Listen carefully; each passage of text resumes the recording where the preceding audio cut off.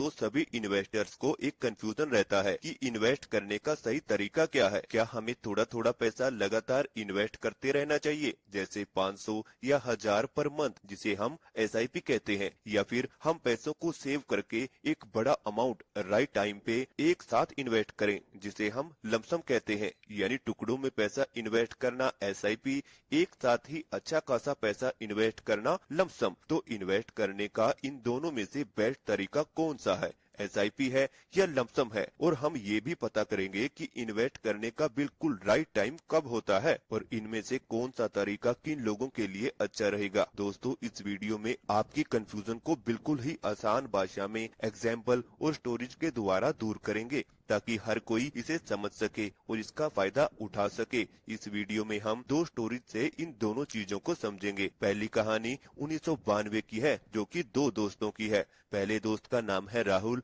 और दूसरे दोस्त का नाम है मोहन। ये दोनों दोस्त एक अच्छी कंपनी में जॉब कर रहे थे। एक दिन राहुल टीवी देख रहा था और राहुल को स्टॉक मार्केट का न्यूज मिलता है कि पिछले कुछ समय में स्टॉक मार्केट कैसे ऊपर जा रहा है और बहुत सारे लोग यहाँ से पैसा कमा के अमीर बन रहे हैं। तो वो भी अपने एक ब्रोकर फ्रेंड को फोन करता है और उससे पूछता है कि मुझे अपना पैसा किस कंपनी में इन्वेस्ट करना चाहिए। तभी उसका ब्रोकर फ्रेंड राहुल को बोलता है कि तुम्हें वीडियोकॉन कंपनी के स्टॉक में इन्वेस्ट करना चाहिए, क्योंकि इसका शेयर प्राइस कुछ टाइम पहले 8 रुपए था, लेकिन अब ये 50 रुपए का हो गया है। अगर तुम अपना 1 लाख रुपए अभी भी इसमें लगाते हो तो 1 लाख रुपए कुछ ही महीनों में 2 से 3 गुना ग्रो हो सकता है।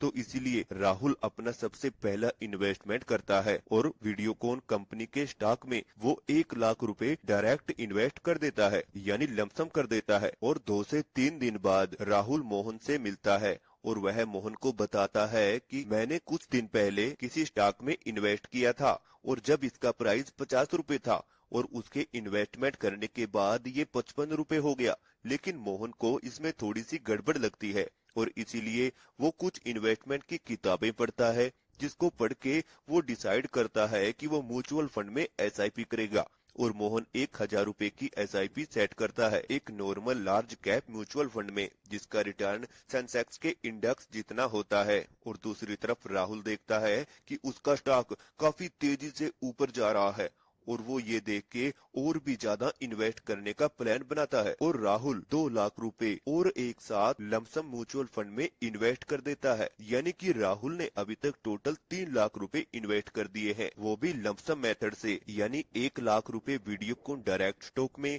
और 2 लाख रुपए म्यूचुअल फंड में। और दूसरी तरफ मोहन ने सिर्फ 1000 रुपए की एसआईपी की है।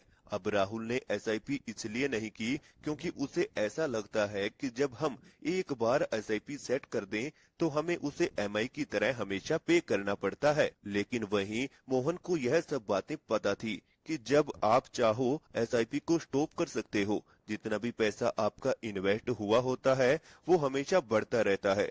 अब बात करते हैं कि जब ये दोनों दोस्त रिटायर होते हैं, यानी 2017 में, जहां राहुल ने जिस स्टॉक में इन्वेस्ट किया होता है वो अब पेनी स्टॉक बन चुका है, क्योंकि जब उसने ये स्टॉक खरीदा था तब वो स्टॉक ट्रेंड में था, इसलिए शॉर्ट टर्म में उस स्टॉक से बहुत लोगों को प्रॉफिट मिल रहा था। लेकिन अभी उसके स्टॉक पोर्टफोलियो की वैल्यू कुछ भी नहीं रही, जिसकी वजह से उसका वीडियोकॉन स्टॉक का 1 लाख रुपए लगभग डूब चुका था। और उसने जो 2 लाख रुपए म्यूचुअल फंड में इन्वेस्ट किए थे वो उसने तब इन्वेस्ट किए थे जब स्टॉक मार्केट बहुत तेजी से आगे बढ़ रहा था, जब हर कोई व्यक्ति स्टॉक मार्केट में इन्वेस्ट करने की बात कर रहा था। और उस टाइम में सेनेक्स 4200 पॉइंट्स पर था। 2017 तक वो 29,000 पॉइंट्स पर पहुंच चुका था, जिसकी वजह से उसको अपनी इन्वेस्टमेंट पे 7 गुना रिटर्न मिला।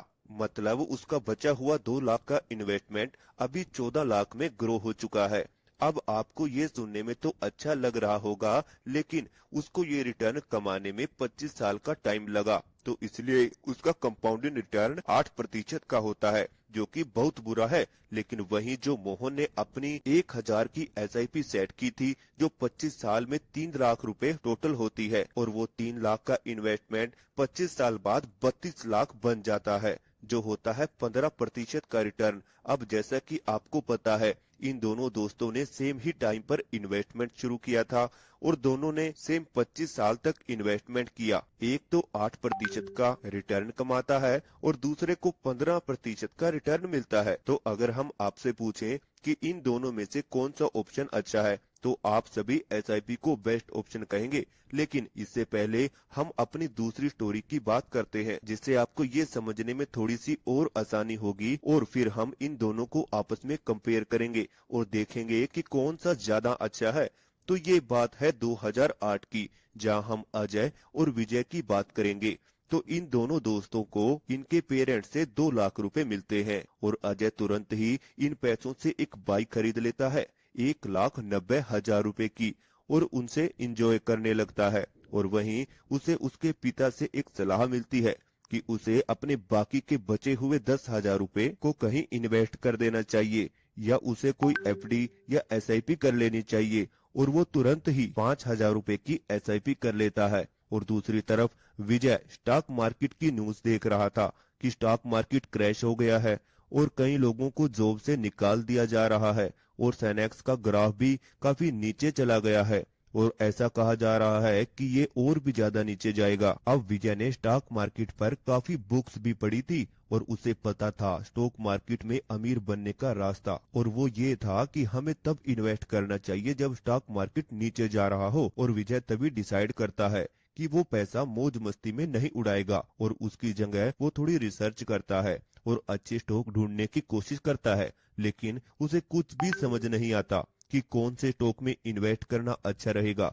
तो उसे एक आइडिया आता है कि वो एक बाइक के शेयर में इन्वेस्ट करेगा, क्योंकि हमारे इंडिया में बाइक का बहुत ही ज्यादा क्रेज है। तो इसलिए वो रॉयल एनफील्ड की पेरेंट कंपनी ईचर मोटर्स के ऊपर रिसर्च करता है और उसमें 1 लाख रुपए इन्वेस्ट करता है, जिसके बदले उसको इस कंपनी के 4,000 शेयर मिलते हैं, क्योंकि इस टाइम पर एक शेयर का प्राइस 25 रुपए था। और वो अपने बाकी के 1 लाख रुपए म्यूचुअल फंड में इन्वेस्ट कर देता है, यानी कि 1 लाख रुपए ईचर्स मोटर कंपनी के स्टॉक में और 1 लाख रुपए म्यूचुअल फंड में। और इसके अलावा उसने कोई सेविंग और एसआईपी नहीं की थी। और इसे देख के अजय मन ही मन सोचता है कि ये आज तो मजे कर रहा है और इसे पता भी नहीं कि ये कितनी बड़ी गलती कर रहा है। तो चलिए अब 10 साल बाद देखते हैं इन दोनों दोस्तों ने कितना प्रॉफिट कमाया है। तो सबसे पहले अजय की बात करते हैं। उसने हर महीने 5,000 रुपए की एसआईपी मंथली सेट की थी और उसका हर महीने 5-5 हजार की मंथली एसआईपी के जरिए टोटल 6 लाख रुपए इन्वेस्ट हुआ और अभी उसके पोर्टफोलियो की वैल्यू करीब 10.5 लाख की थी। मतलब उसे 4 लाख रुपए का फायदा आसानी से मिला, जो होता है सिर्फ 10% का रिटर्न। अब हम बात करते हैं विजय की। तो विजय ने जो 1 लाख रुपए म्यूचुअल फंड में इन्वेस्ट किए थे, उसकी वैल्यू अब 4 लाख रुपए की होती है, जो होता है 15% का रिटर्न। तो अगर हम यहाँ देखें, इन दोनों ने लगभग सेम टाइम पे म्यूचुअल फंड में इन्वेस्ट किया और दोनों ने 10 साल के लिए इन्वेस्ट किया, लेकिन एक को एसआईपी से सिर्फ 10% का रिटर्न मिला और एक को लमसम से 15% का। तो ये कैसे हो गया? पहले हमने देखा था कि एसआईपी से अच्छा रिटर्न मिला, लेकिन यहाँ हमें एसआईपी से इतना ज्यादा बेनिफिट नहीं हुआ। तो इसका कारण ये है कि विजय ने जब इन्वेस्ट किया था तब मार्केट नीचे था और उस टाइम उसका स्टार्टिंग पॉइंट बहुत ही अच्छा हो जाता है और उसके बाद वह डायरेक्ट फंड काफी अच्छा परफॉर्म किया था। लेकिन वहीं अजय ने जब मार्केट क्रैश हुआ था और इन्वेस्ट का सबसे बेस्ट टाइम था, तो उसने उस टाइम पे सिर्फ 5,000 रुपए इन्वेस्ट किए थे। इसी तरह उसने ये चालू रखा था। अब इसमें देखने की बात ये है कि अगर अजय ने मार्केट डाउन के समय अपनी एसआईपी रोक दी होती तो उसका ये रिटर्न और भी कम होता चला जाता।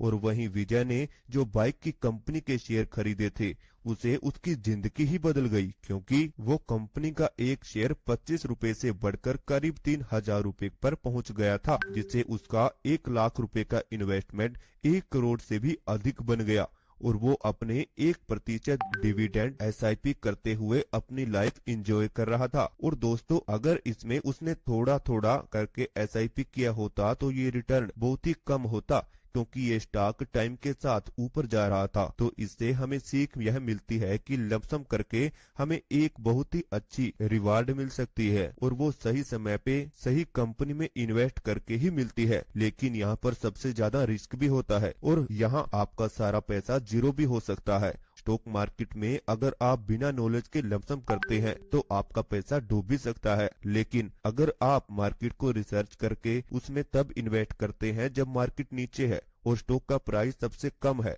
तो आप बहुत फायदा कमा सकते हैं। इससे हमें ये भी देखने को मिला कि चाहे कुछ भी हो जाए, लेकिन हमें लंबे समय तक SIP करने से लॉस नहीं होता।